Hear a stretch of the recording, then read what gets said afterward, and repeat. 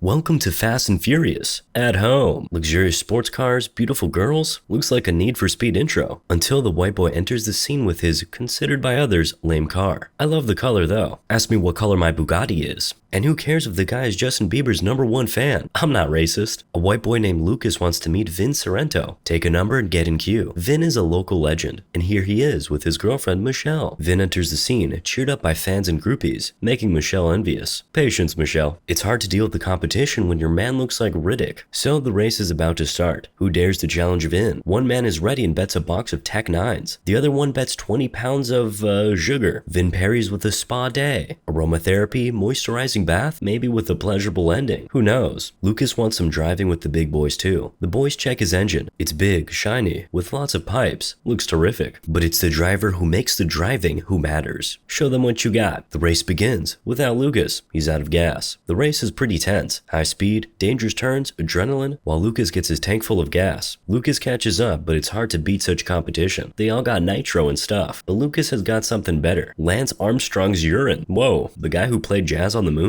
He's skyrocketing in speed now. He passes everyone, but the engine breaks right at the finish line. Bummer. Vin wins the race. Now Lucas owes Sorrento a car. Delivered tomorrow. Then cops arrive so the big boys run away. Without Lucas, he's a bit slow. Lucas gets brutally beaten and tasered, but still doesn't give up the man he raced with. He gets driven away by Detective Hanover. And we find out Lucas is actually an undercover cop trying to get into Sorrento's gang. Lucas believes he's not the best guy for the job because he's too white. His words, not mine. Sorry man, you've got no friends or family, meaning you're perfect for undercover work. No one will care when you die. Cops believe Sorrento works with Carlos, the criminal kingpin of Los Angeles who made a fortune on Shiba Inu. What a financially savvy criminal. You must stop him because this man is capable of anything. Hanover demands Lucas must hit him so he can return to Vin as a hero. Lucas can't. He only beats himself every day. Finally, he beats Hanover, and then Hanover beats him, just to make sure it will look natural. The next day, Lucas goes to Sorrento, showing his cool-looking tomato face. Respect earned. Now you're in the gang. Vin and his deep-closeted girlfriend are accompanied by Curtis, Vin's best friend, and Jordana, Vin's sister. The latter's got an eye on Lucas from the beginning. Curtis is also feeling some type of way for Lucas. He believes he's an undercover cop. Curtis even reveals Lucas is wired, but Vin trusts his instincts. Lucas can be trusted. Trust earned, so Lucas uses the moment to ask Jordana for a date. It's a deal. They're on a date now, and Lucas wants to immediately break the tension by kissing Jordana. She agrees. Lucky strike. I used to have to date a girl for a year before I was finally able to kiss her, grandma, on the cheek. Kidding. Who needs girls when there's 1,034 episodes of One Piece? Lucas asks Jordana about her brother Vin. Just some small talk questions like where he gets his money. Is he related to criminal activity? And what does he plan to do with Carlos? Smooth. Jordana doesn't want to talk about it. Parried. Okay then, let's talk about you. Do you love pizza with pineapple? Perfect shot, weirdo. She does. The weirdo found his match in weirdness. And apparently that's all they needed. The next day, Vin finds out about Lucas and his sister, and instantly enjoys it. He never saw her so happy before. She's glowing. You better buy some iodine if everyone around will start glowing too. It's a radiation hazard. I'm just saying. Sorrento gets a call from the criminal boss Carlos. Something big will happen today, and Vin takes Lucas with him. The latter sends a message to Detective Hanover. Vin and Lucas roll over to a meeting. There are 2 more racers. Carlos arrives, and his assistant announces that to get a job, the best racers in the city must compete against each other. What did they compete in? The race? Nah, it's a dancing competition. The lousiest dancer gets shot. Then the black guy and his girl. Vin and Lucas are the only ones left, and they both get the job. The synergy between them was too compelling. The job is simple. Drive the priceless supercar to a location and get 100 grand. Lucas asks what's the point of paying 100 grand when Carlos could drive it alone. But the car is a cop magnet, and parking tickets cost a fortune. Too many logical questions piss off Carlos, so Vince simply accepts the offer. Vin and Lucas get to the location, greeted by 4 furiously looking thugs. The situation is tense and the music indicates something terrible is about to happen. Lucas gets the case, but there's no money inside. It's a bomb. Vin throws it back to the thugs, and they throw it to Lucas. Vin waits before the timer goes to the end to throw it right when it explodes. Bad idea. It explodes in his hands. The shooting begins. Vin eats the bullets and spits them right at the thugs, killing 3. The 4th one escapes. A random dude enters the building and Lucas shoots him. At least he does something. Oh, it's Detective Hanover. Lucas realizes Hanover is the only one who knows Lucas is undercover, meaning Lucas is in deep trouble. He tries to revive Hanover, but he's too dead of dying. This means Lucas is a criminal now. High five from Vin, but a death sentence from the law. Vin and Lucas get out of the place. Cops arrive and start the investigation. Detective Johnson rolls with the crime scene, demanding the answer. Who shot the cop? Evidence doesn't work for him. The answer. Where is it? Luckily, a camera was in the facility, so the cops see Lucas shooting Hanover, but they cannot identify him since Hanover deleted Lucas's record. Detectives scan Hanover's face with a UV scanner and find fingerprints. Meanwhile, Meanwhile, Carlos meets with the fourth bandit, making it clear that he wants to clap Vin and Lucas without paying them money for the job. Thug says they failed the mission, immediately gets stabbed. Then he says he still has some information to say, and gets comforted. The bandit gives up the hiding spot of Sorrento and finally gets clapped. Vin and the crew are in lockdown mode. They watch the news where the reporter encourages everyone to take the law into their own hands, find Lucas, and take him out. Curtis was super close to it. The crew considers their next step. What should they do? They need to move somewhere no one finds them, but it's hard, risky,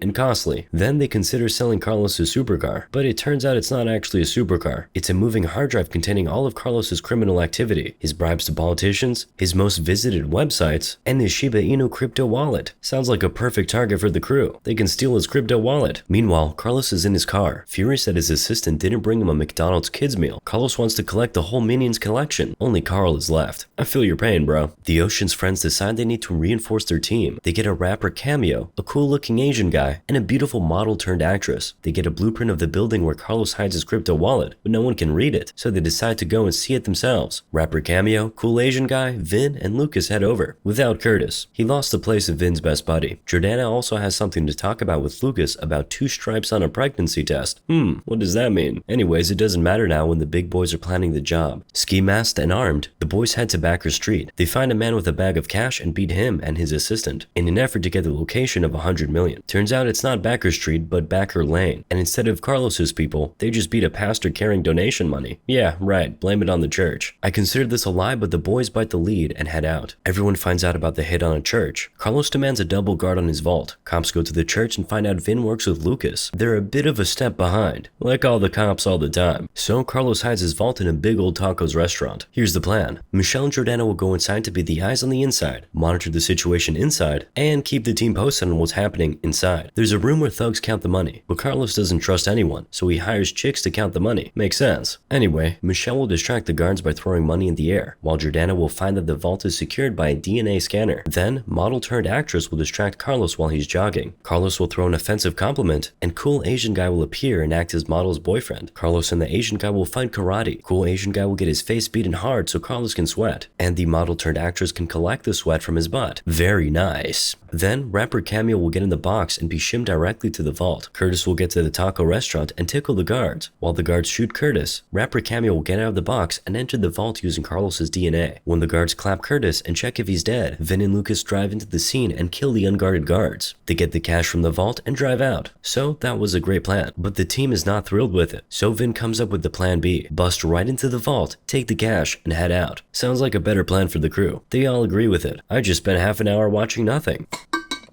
Vin suggests they should hit the vault at dawn, but no one wants to get up without breakfast, so they decide to go after IHOP. Weak, I can survive without breakfast, probably because I wake up at 4 p.m. While waiting for the next day, Jordana shares that she's pregnant with Lucas. Man is thrilled and probably wouldn't really care if he dies the next day. Then Vin shows Lucas a car in which his dad died. Lucas says his dad left him when he was 8 years old, and then mom left him too because it wasn't fun anymore without a dad. Lucas went to the orphanage, but no one wanted to adopt him. Relatable. Anyway, it's the next day, and cops break into Sorrento's garage. The crew is not there. They're already on a job, or maybe eating the last pancake. Cops find Carlos's car with enough evidence to put Carlos away for 3 lifetimes. They also find a calendar with a heist day written on it. Meanwhile, the crew is already robbing the vault. Everyone puts their masks on, and it turns into Payday 2, or maybe even Hotline Miami 2. Didn't play any of those games, to be honest. Vin didn't play it either, so he doesn't appreciate it and makes them take their masks off. Vin and Lucas tied the chains to the pipes to get the wall off with their cars. Boom, it's a setup. Carlos's men are totally prepared. Somebody sold the crew up. Guess who?